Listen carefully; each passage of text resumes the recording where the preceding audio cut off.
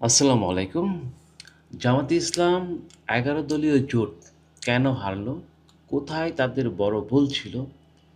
বিশ্ববিদ্যালয়ে একের পর এক ভূমিধস বিজয়, সোশ্যাল মিডিয়াতে একক আধিপত্য ছিল জামাতে ইসলামের, ছাত্র শিবিরের। ১১ দলীয় জোট, ক্ষমতার অংশীদারিত্বের স্বপ্ন, সবকিছু ঠিক মনে হচ্ছিল। তাহলে জাতীয় নির্বাচনে কেন এত বড় ধাক্কা খেল জামাতে ইসলাম? বাংলাদেশ জামাত ইসলাম এর সমর্থকরা সোশ্যাল মিডিয়াতে খুব সক্রিয় ছিল। আপনি যদি তাদের পক্ষে কোনো ভিডিও বানাতেন অথবা তাদের পক্ষে কথা বলতেন, আপনার চ্যানেল, আপনার ভিডিও সঙ্গে সঙ্গে তারা ভাইরাল করে দেওয়ার মতো সক্ষমতা তাদের ছিল, ইভেন এখনও আছে। কিন্তু সমস্যা হলো অনলাইন জনপ্রিয়তা আর বাস্তব ভোটের মাঠ মানে তৃণমূল বা গ্রাম পর্যায়ে মাঠ লেভেলে তাদের সেই সক্ষমতা নেই। ভার্চুয়াল শক্তি আর বাস্তব সাংগঠনিক রূপ অনেক পার্থক্য আছে। যেমন আপনি যে সংগঠনটিকে দেখছেন, জামাতে ইসলাম, যদি মোবাইল খুলতাম আমরা সবসময় দেখতাম জামাতে ইসলাম ক্ষমতার মসনদে বসে গেছে, এরকম একটি অবস্থা তৈরি করা হতো সোশ্যাল মিডিয়ার মাধ্যমে। কিন্তু তৃণমূল লেভেল, মাঠ লেভেলে তাদের সেই সক্ষমতা ছিল না। কিন্তু আমি যে আসনে থাকি বা আমার যে ডিস্ট্রিক্ট আছে, আমি আজ থেকে ৬ মাস আগে গ্যারান্টি দিয়ে বলেছিলাম তারা ক্ষমতায় যেতে পারবে না। যদি আমার ৬টি আসনের ভিতরে তারা একটি আসনে জিততে পারে, তাহলে আমি ভেবে নিব তারা একটি রাজনৈতিক দল হিসাবে বাংলাদেশে প্রতিষ্ঠিত হয়েছে। কিন্তু আমার কথাই বাস্তব হয়েছে যে তারা আমাদের কিশোরগঞ্জ ডিস্ট্রিক্টের ৬টি আসনের ভিতরে একটি আসনও পেল না। কিন্তু বিএনপি থেকে বহিষ্কৃত একজন স্বতন্ত্র প্রার্থী, সেও বিএনপিরই লোক, সে পাশ করেছে। বিএনপি একচেটিয়া জয় করেছে। এই ৬টি আসন ছিল আওয়ামী লীগের ঘাঁটি।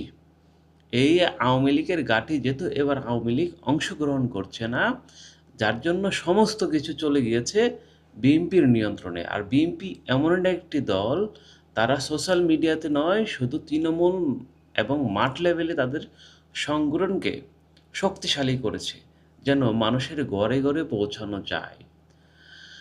শক্তি প্রদর্শনের রাজনীতি, জামাতের সবচেয়ে বড় ভুল ছিল তারা শক্তি প্রদর্শনের রাজনীতি করেছে।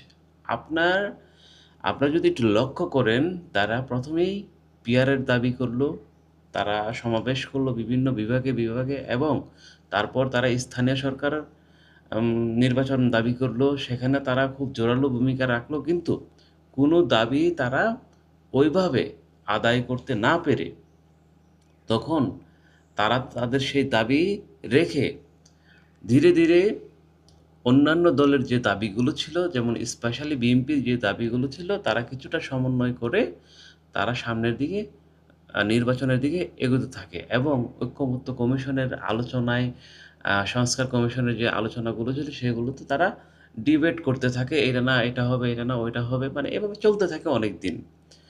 রাজনীতিতে যদি মানুষকে আপনি কষ্ট দেন, তখন কিন্তু সেই রাজনীতি আর মানুষের জন্য থাকে না। মানুষ তখন আপনাকে প্রত্যাখ্যান করে। কারণ আমরা বিগত ১৭ মাসে যা দেখেছি বাংলাদেশে, তা অত্যন্ত দুঃখজনক। আমরা ভেবেছিলাম আমরা নতুন একটি বাংলাদেশ পাবো। এই বৈষম্য বিরোধী ছাত্র আন্দোলনের যে প্যানেলটি ছিল, এই প্যানেলের মাধ্যমে আমরা নতুন একটি মানবিক রাষ্ট্র পাবো। কিন্তু দুঃখের বিষয় হচ্ছে, এই ইন্টেরিয়র গভর্নমেন্ট আসার পর থেকে যে পরিমাণ আন্দোলন, যে পরিমাণ রাস্তাকে অবরোধ করা হয়েছে, যেই পরিমাণ মানুষকে কষ্ট দেওয়া হয়েছে, শুধু তাই নয়, অ্যাম্বুলেন্স আটকে রাখা হয়েছে। সেই অ্যাম্বুলেন্সের ভিতরে মৃত লাশ পর্যন্ত তারা যেতে দেয় নাই, এবং গর্ভবতী মহিলারা অ্যাম্বুলেন্সের ভিতরে ছিল, সেই মহিলাদেরকে তারা যেতে দেয় নাই।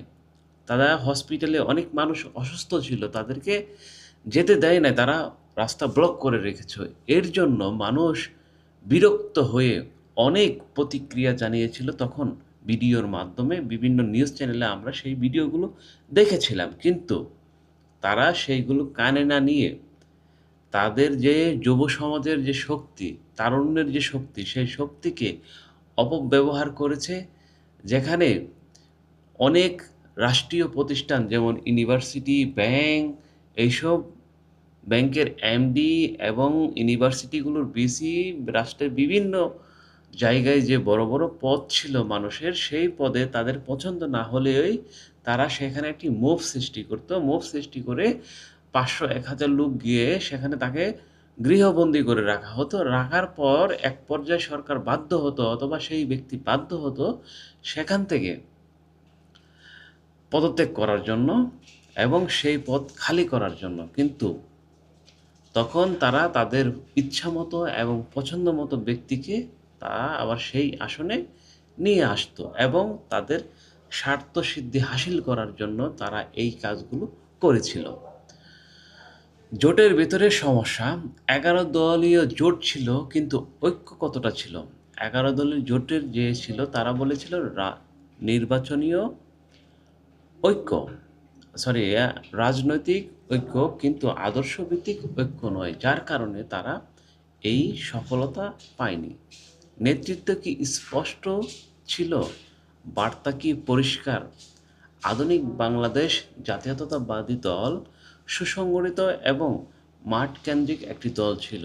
তারা যে ইশতেহার দিয়েছে, তাদের যে কথা বলেছে, মানুষ সেটাকে মোটামুটি গ্রহণ করে নিয়েছে। কিন্তু বিপরীতে জামাতে ইসলাম যে ইশতেহার দিয়েছে, যে কথা বলেছে, মানুষ সেটাকে অ্যাকসেপ্ট করেনি।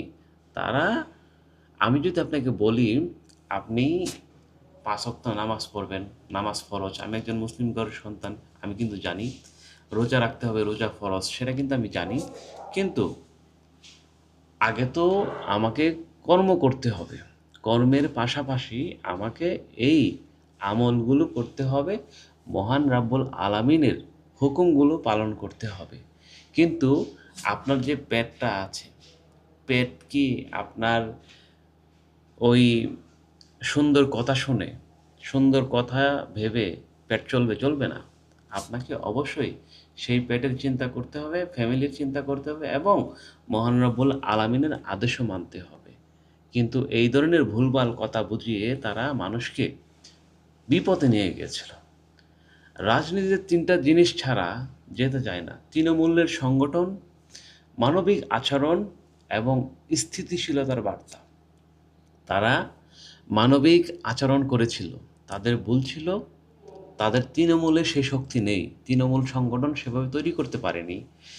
স্থিতিশীলতার বার্তা তারা দেয়নি, তারা শুধু একটু উগ্র উগ্র মেজাজের কথা বলেছে।